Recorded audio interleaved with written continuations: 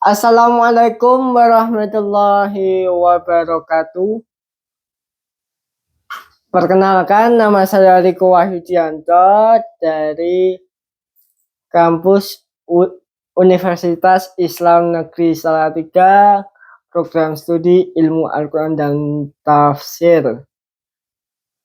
Sebelum kita lanjut, sedikit saya akan melakukan wawancara terhadap nenek saya pribadi atas nama Ibu Sumiati. Kepada beliau saya persilahkan. Assalamualaikum, nama saya Ibu Sumiati, Mbak Riko Wahyudianto. Saya mau cerita tentang usaha tahun 83-84. Saya usahane jualan jus, segala macam jus, nanas, buah jeruk, buah apel, sama jualan orson, makanan anak-anak kecil itu, gorengan. Nah, itu rame sekali.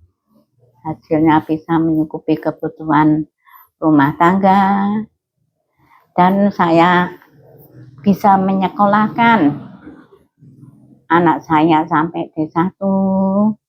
Lama kelama saya hasilnya itu bagus. Saya jualan sembako sedikit demi sedikit, lama-lama besar, bisa terus itu ada Riko Wahyudianto, cucu saya, semenjak kecil ikut saya karena ada kekurangan, ada keterbatasan. Saya kasihan ikut ibunya, ibunya kerja. Nah, saya sambil jualan, ramai sekali. Lama-lama dia besar, sekolah sampai kelas TK sampai SD. Untung sekolah itu Islam yang bagus, biar dia mau menampung anak kayak gitu. Saya sudah terima kasih, cucu saya sudah bisa sekolah saya gitu. Terus lama-lama saya ya cukup bisa beli kulkas, terus saya bikin es lilin ngantar Riko sampai nak ingat dulu saya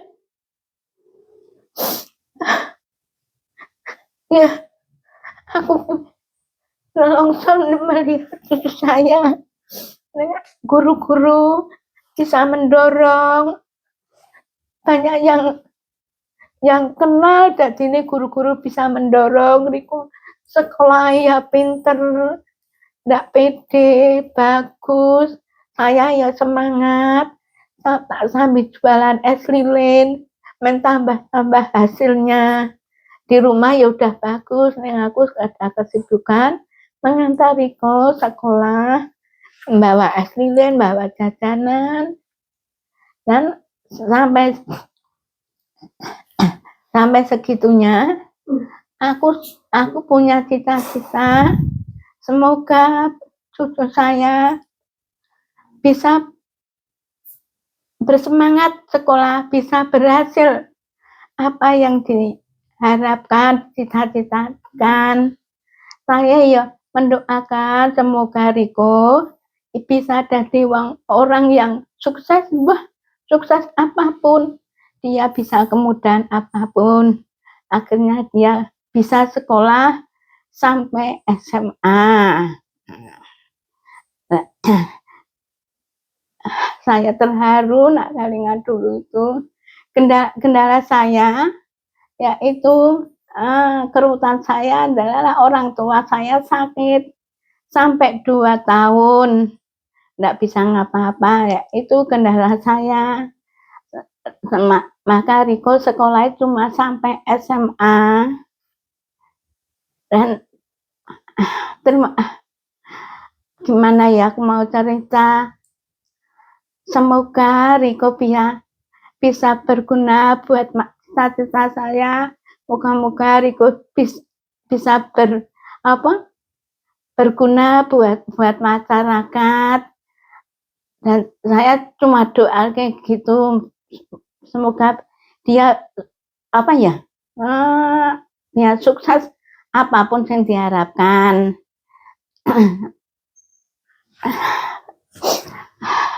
Aku nak teriak dulu mau. Ya Allah. Saya bersyukur. Terima kasih. Cucu saya kayak gitu. Dia bisa apapun, ngaji apapun dia kelancaran. Ya Allah. Cukup sekian. Terima kasih. Wassalamualaikum warahmatullahi wabarakatuh.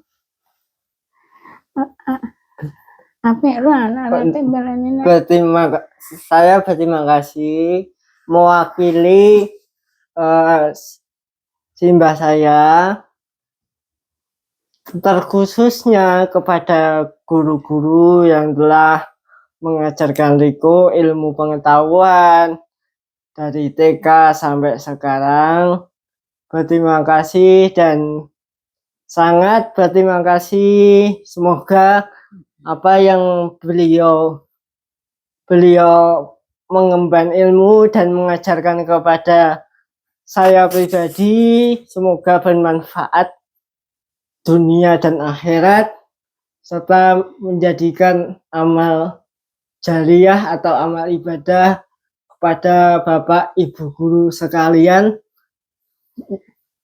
dan memberikan motivasi pada diri saya pribadi untuk menjadi lebih baik lagi di masa sekarang ataupun di masa yang akan datang. Serta semoga dengan adanya ilmu tersebut saya pribadi bisa membanggakan kedua orang tua saya dan ilmu saya bermanfaat untuk orang lain. Dan siapa tahu saya juga bisa membangun usaha sendiri seperti nenek saya. Itulah sedikit kata-kata penutup dari saya.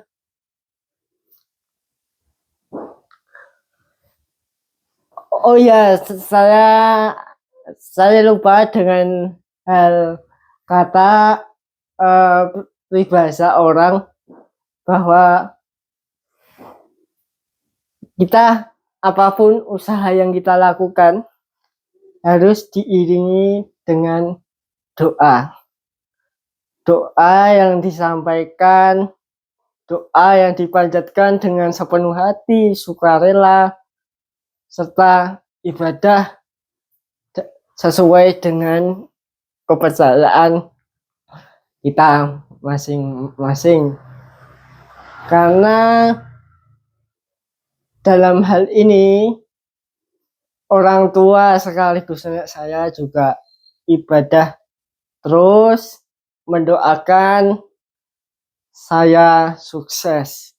Karena kesuksesan itu bukan hanya ilmu, bukan hanya pangkat derajat, tapi doa tulus dari mereka itu sangat berarti untuk saya pribadi. Dan dengan adanya dorongan doa tersebut, insya Allah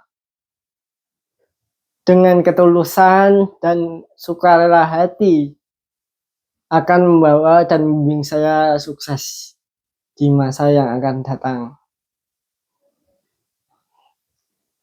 Dalam hal kewirausahaan ini saya juga berterima kasih kepada Bapak dosen yang telah mengajarkan dari awal semester hingga sekarang, Bapak Tursyang Un, yang telah bersedia membimbing para mahasiswa-mahasiswinya, terkhususnya dosen-dosen Fuada, dosen-dosen UIN Salatiga yang telah membina saya khususnya dari awal semester hingga saat ini. Semoga beliau dilimpahkan rezekinya, dimudahkan segala urusannya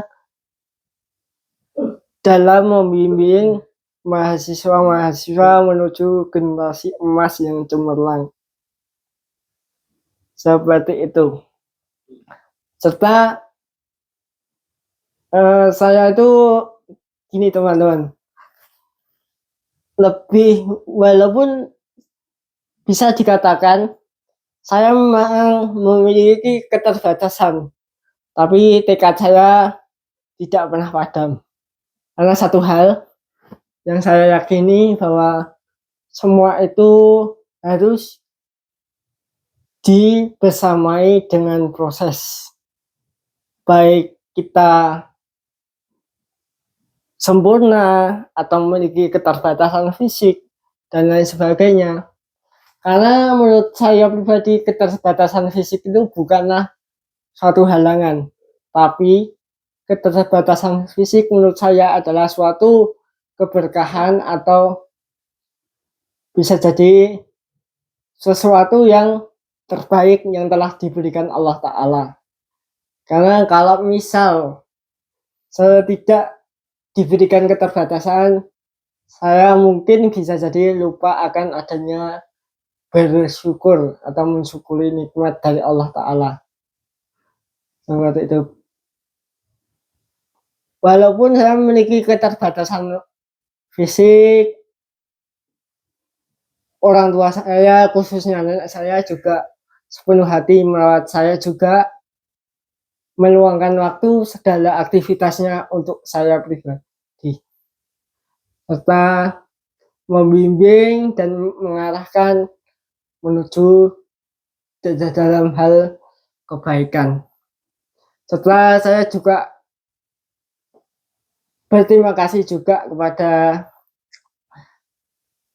guru ngaji saya juga yang sudah membimbing ilmunya dari kecil hingga sekarang. Bisa dikatakan saya sebutkan Ibu Mahirun serta Bapak Zainal Ma'arif. Itu dua tokoh tersebut juga tidak pernah saya lupakan sama sekali, selain ibu saya atau simbah saya yang sering saya panggil ibu. Seperti itu teman-teman.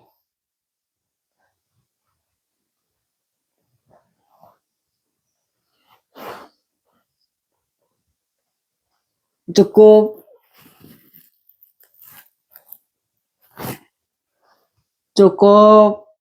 relatable ya teman-teman ya.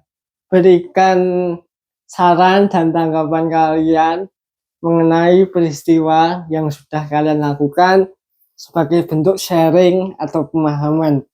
Sharing ini saya lakukan agar kita semua itu muhasabah diri untuk membina diri yang lebih baik dan mewujudkan pribadi yang kuat, pribadi yang tangguh, pribadi yang bukan hanya tangguh dalam hal wirausaha, bukan tangguh dalam pangkat, derajat, tapi tangguh juga dalam konsisten atau ibadah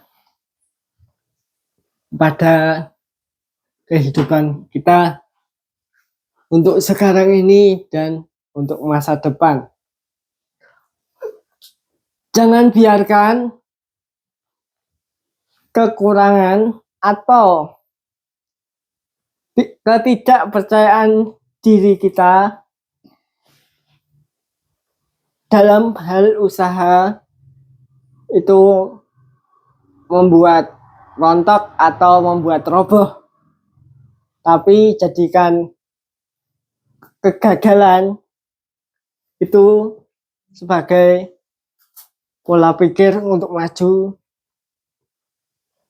di masa yang akan datang dan berusaha menjadi yang lebih baik, berusaha menjadi lebih baik dan akan menjadi yang terbaik.